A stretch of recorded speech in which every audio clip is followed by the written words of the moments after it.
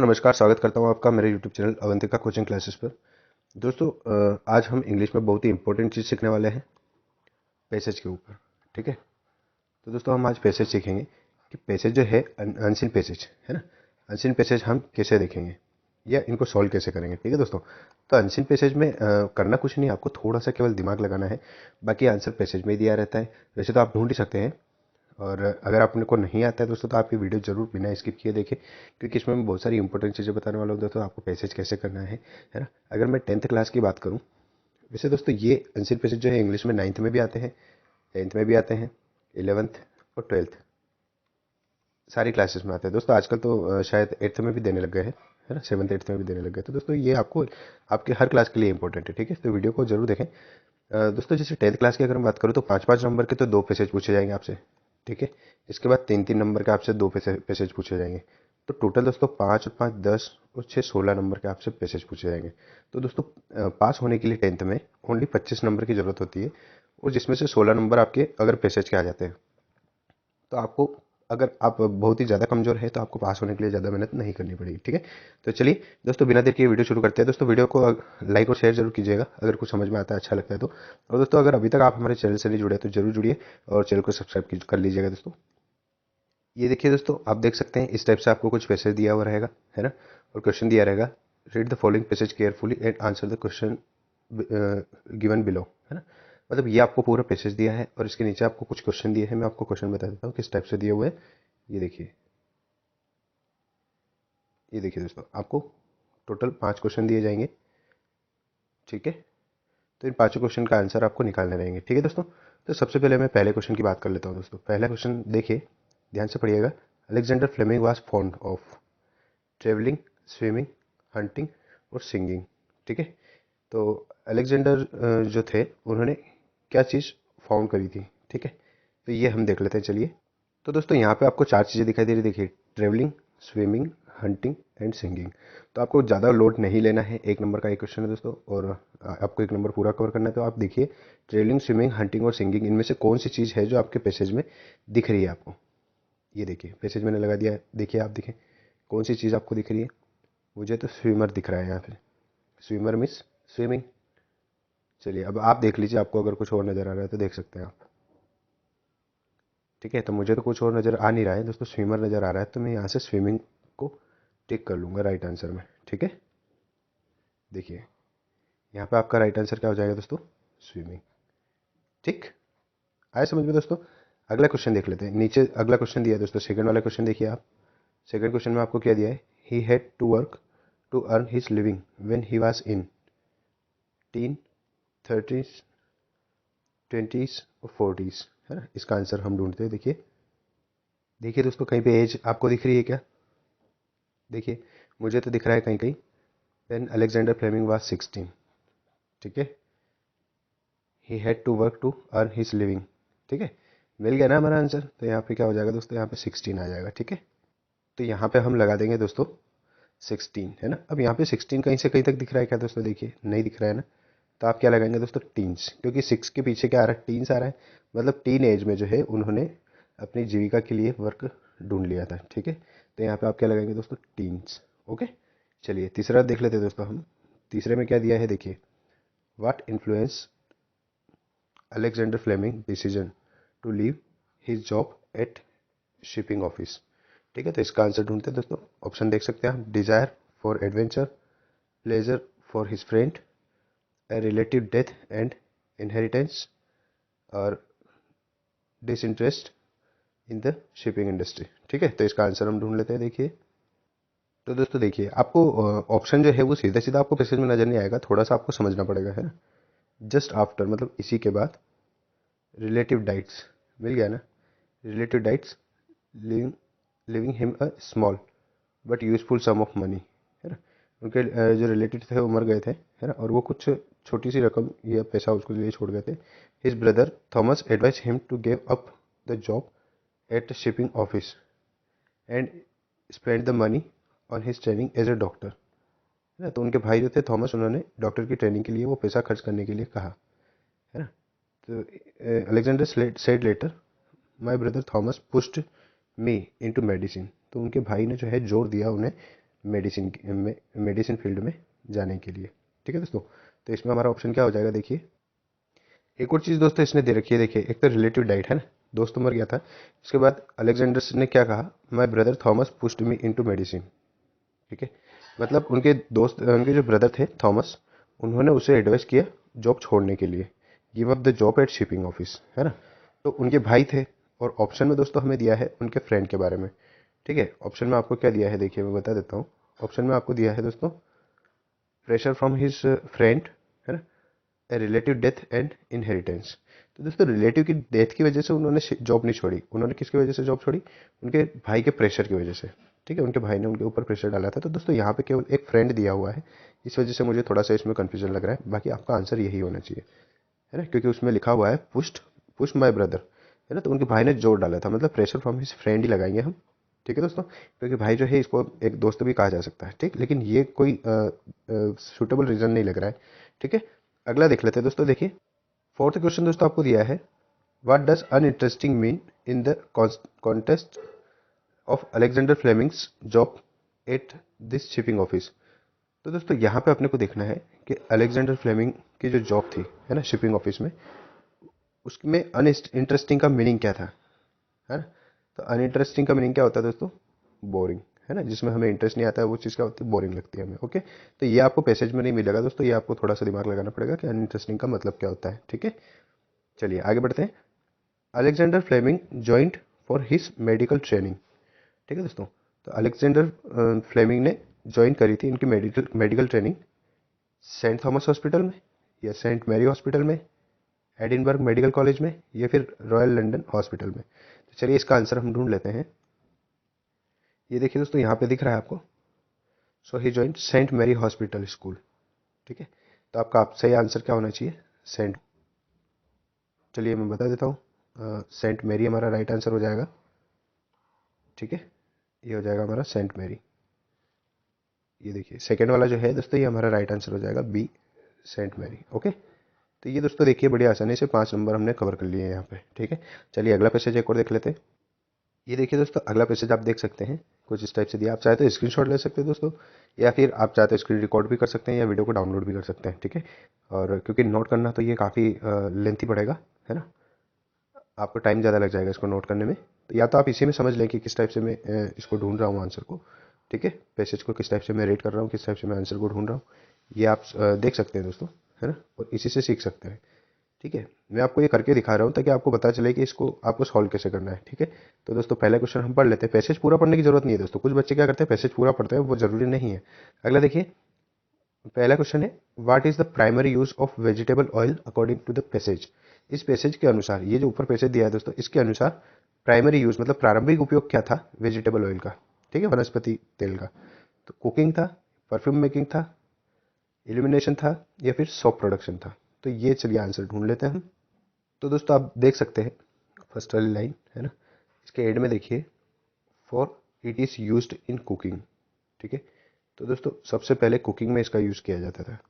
ठीक है, vegetable oil has known as antiquity, no हाउस होल्ड can get on without it, है ना, मतलब कोई भी व्यक्ति जो है इसके बिना नहीं रह सकता था। For it is use in cooking, मतलब कुकिंग में इसका उपयोग किए बिना नहीं रह सकता था। ठीक है, तो दोस्तों यहाँ पे हमारा क्या हो जाएगा, इन कुकिंग हमारा राइट आंसर हो जाएगा। ठीक है, परफ्यूम का भी लिखा है दोस्तों, लेकिन परफ्यूम जो है वो फ्लावर से बनाए जाते थे, फूलों के तेल से बनाए जाते थे परफ्यूम। ठीक है, तो यहाँ पे हमारा राइट आंसर क्या हो जाएगा दोस्तों, प्राइमरी यूज़ क्या था इसका, कुकिंग। ठीक है, तो दोस्तों यहाँ पे हम फर्स्ट में ऑप्शन लगा देंगे हमारा कुकिंग, ये हमारा राइट आंसर होगा। ठीक है, सेकंड क्वेश्चन पढ़ लेते हैं दोस्तों, which type of oil is often referred by politician and engineers. Politician और इंजीनियर के द्वारा कौन सा तेल जो है वो रेफर किया जाता था, है ना।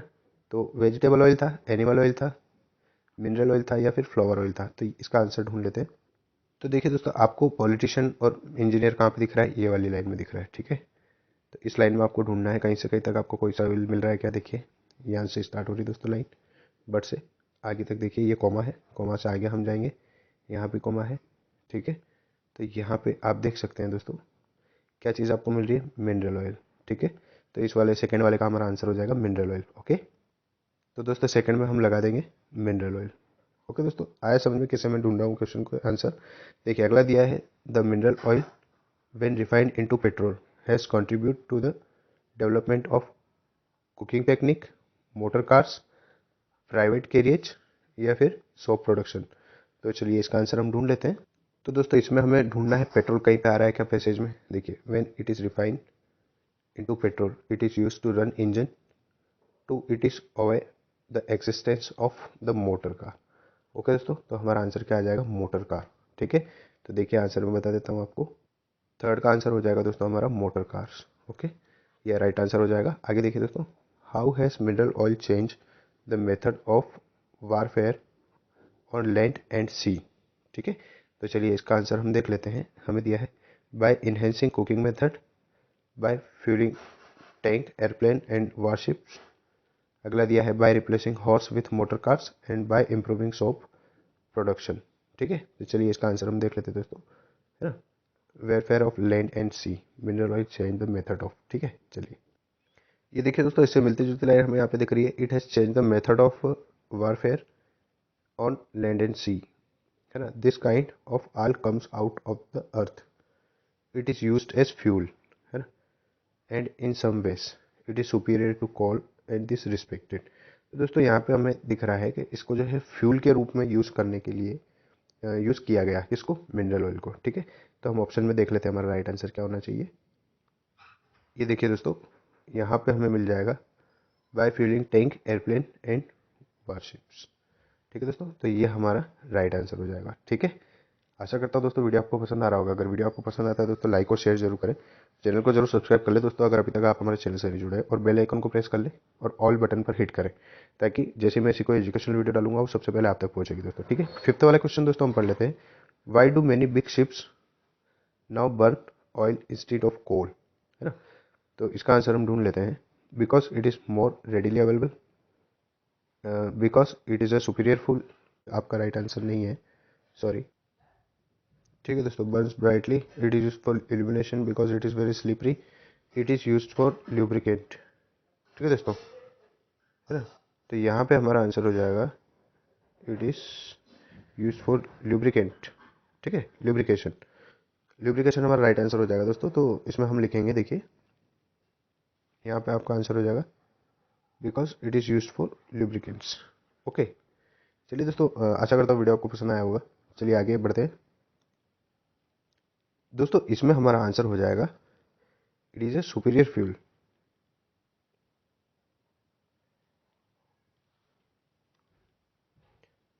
देखिए दोस्तों, इसमें हमारा आंसर है इंस्टेड ऑफ कोल, है ना। ये हमारा मेन सेंटेंस हो गया।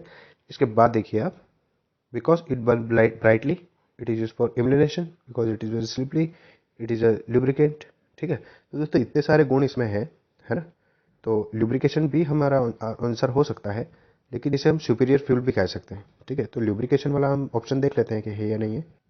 ये देखिए दोस्तों, हमें मिल गया है यहाँ पे, it is it is used for lubrication. तो ये हमारा राइट आंसर हो जाएगा दोस्तों। ओके, चलिए अगले पैसेज की तरफ बढ़ते हैं दोस्तों। दोस्तों अगला पैसेज आप देख सकते हैं, इस टाइप से दिया है, पेरोस में से दिया रहेगा, पोएम में से, है ना। Read the following extract from the पेरोस and answer the following question given below, है ना। तो ये कुछ छोटा सा हमें पैसेज दिया हुआ है दोस्तों। ठीक है, ये पोएम का नहीं है, वैसे चैप्टर का ही है। तो इसमें से हमें निकालना है दोस्तों, from which lesson has the text been taken. कौन से लेसन से ये लिया हुआ है। ठीक है दोस्तों, तो देख सकते हैं, आप ढूंढिए। यहाँ पे फर्स्ट लाइन में डायरी लिखा है और ये हमारा डायरी मैच हो गया है। तो दोस्तों आपको पता होना चाहिए, from the diary of Anne Frank, इस चैप्टर का ये क्वेश्चन है दोस्तों। ओके, आया दोस्तों समझ में। चलिए अगला देख लेते हैं दोस्तों। तो दोस्तों इसमें आपका आंसर हो जाएगा, देखिए एनी फ्रैंक ने ही लिखी थी एनी फ्रैंक की डायरी। ठीक है दोस्तों, चलिए अगला क्वेश्चन हम देख लेते हैं। What did Anne Frank to do to take thing off her chest. She would sleep a lot, she would play a lot, she would eat a lot, और she would dance a lot. चलिए इसका answer हम passage में ढूंढ लेते हैं। दोस्तों इस पैसेज में जितना मैं देख पा रहा हूँ, है ना, I feel like writing and I have even greater need to get all kind of things of my chest. तो दोस्तों इसमें कुछ इट जैसा कुछ दिया नहीं है, जो आपको पैसेज दे रखे हैं, है ना, जो भी आपको ऑप्शन में दे रखे हैं। देखिए चार ऑप्शन आपको दे रखे हैं, sleep a lot, play a lot, eat a lot और डांस अ लॉट। इनमें से एक भी ऑप्शन मुझे राइट नहीं लग रहा है। ठीक है, तो इसमें एक ऑप्शन ऐसा आना चाहिए, नन ऑफ इट। क्या आना चाहिए, नन ऑफ दीज आना चाहिए। या तो एक ये ऑप्शन होना चाहिए या फिर राइटिंग से रिलेटेड कोई ऑप्शन होना चाहिए जिसको हम सही मान सके, राइट आंसर होगा। ठीक है दोस्तों, इन दोनों में से अगर कोई एक होता है तो वो राइट आंसर होगा। ठीक है, बाकी इन चारों में से एक भी आंसर सही नहीं है। ठीक है, तो आप कोई सा भी लगा देंगे आपको बोनस मार्क्स मिलेंगे। ठीक है, तो मैं ईट लॉट लगा देता हूँ। ठीक है दोस्तों, चलिए अगला पैरोज हम देख लेते हैं दोस्तों। ये अगर आ जाए आपके एग्जाम में तो दोस्तों जरूर ध्यान रखिएगा, या तो नन ऑफ दिस लगाना है या राइटिंग से रिलेटेड कुछ आए तो वो लगाना है, या फिर आप कोई सा भी नंबर लगा ले, है ना, आपको छोड़ के नहीं आना है, बस ये ध्यान रखें। दोस्तों अगला पैसेज आप देख सकते हैं, यहाँ पे ध्यान रखिएगा दोस्तों, इस बार आपके पैसेज के और में पैसेज नहीं रहेगा, ध्यान रखिएगा। ठीक है, तो read the following exact carefully and answer the question given below. ये आपको एग्जैक्ट दे रखा है दोस्तों, एक पैसेज दे रखा है पोएम से, है ना, और आपको आंसर निकालना है इन क्वेश्चन के। देखिए नीचे 3 नंबर में 3 क्वेश्चन दे रखे हैं, एक एक नंबर के 3 क्वेश्चन है। ठीक है, तो आपको इनके आंसर निकालना है। तो पहला क्वेश्चन हम केयरफुली पढ़ लेते हैं दोस्तों, देखिएगा।